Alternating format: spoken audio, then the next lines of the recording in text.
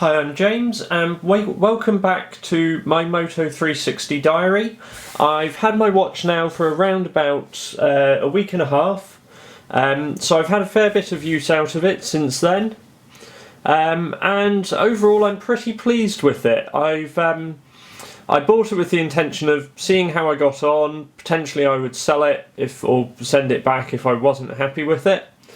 But overall I've been very pleased. It's been proved useful to me, something that I wasn't sure how much use I'd get out of sort of having the smartwatch, but I found it quite convenient to have it, say, when you're in meetings and it's perhaps not convenient to pull out your phone, and so other similar situations, and it's good for when you're receiving emails, for quickly checking them off, and say a lot of it, if it's spam or something, just quickly deleting it or reading a message and moving on without having to use your phone.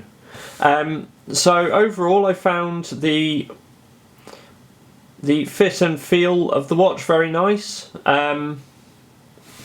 It fits nicely on my wrist. I don't have huge wrists, so having the 42mm size with these lugs on it here means it sits really nicely for me.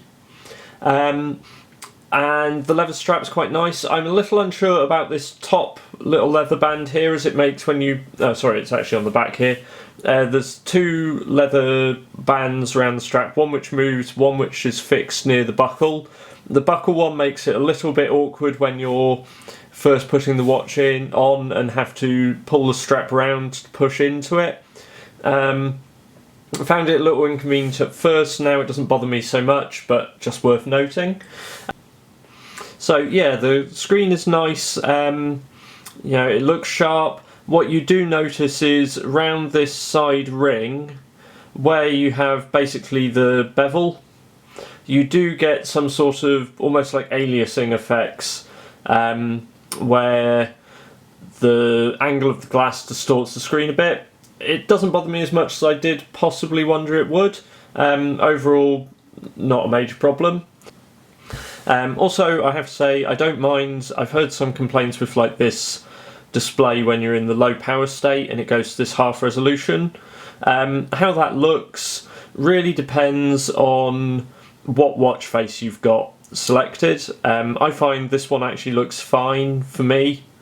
I find, having a glance at it's not a problem.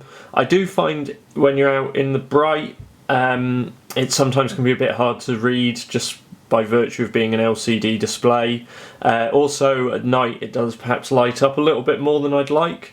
You can manually boost the brightness and things like that, but you don't really want to be constantly fiddling with it. Auto does a good job most of the time, but when you're moving from, say, having a jacket on with the watch underneath it, you pull your sleeve back and then it's bright sunlight, then the screen struggles to adjust quickly, so you sort of have a frustrating few seconds where you can't really read it. That's not great, but it's not a deal breaker for me. Battery life, fairly good. I've seen some people reporting it will last them 2 days. For me it won't. I've run out of battery with it once, but that was because I got up at 7 in the morning and went to bed at about 1:30 the following morning, and noticed that I'd just run out of battery on it, but I had been using it quite a bit during the day. Typically I go to bed with sort of 40% battery left, but I had been using it a fair bit. Next thing, one of the main reasons I wanted this was for the Moto body side of things. So obviously at the moment I can't use the heart rate tracker, but we can look at the analysis, and that's still got to some time to go on it. But there's things like the number of active minutes. So yesterday 45 minutes. You can see we're on to a new week, so not a lot in there. But the heart rate tracker, I can't comment exactly how accurate it is. I've seen some people say it's a little inaccurate. I find the readings on it are fairly consistent.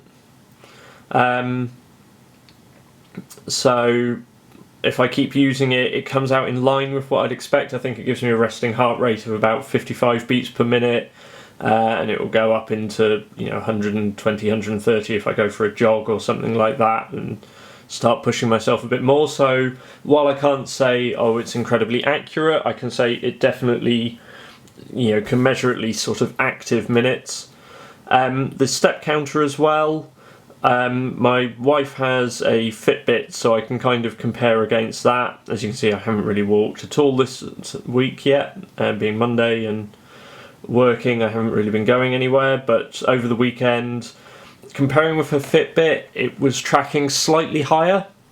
And also I've noticed when I'm driving, if you start pushing on and making more steering inputs and going quicker, it sometimes starts racking up based on your movements in the car.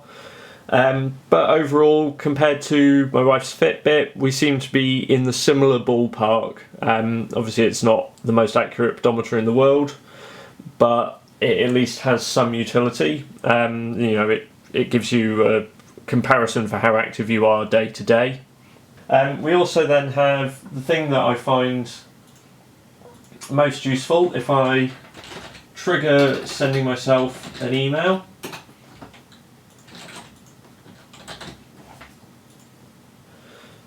So here I've just sent an email through to it,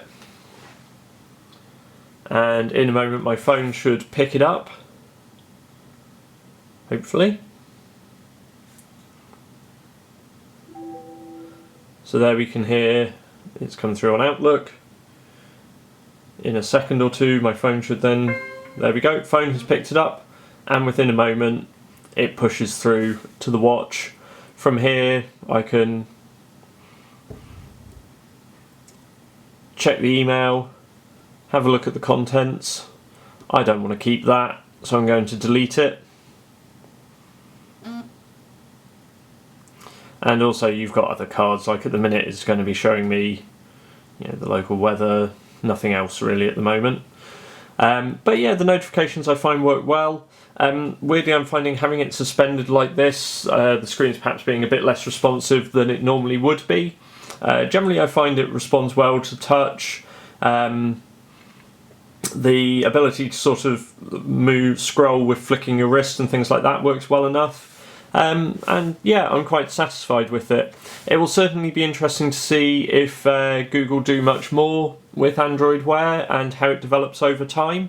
But I'll certainly be looking more at it, at some of the other features in future videos. So if you want to see more, then be sure to check out my previous diary entries for unboxing and hints on getting discounts, and hit the subscribe button if you want to stay in touch. Thanks for watching.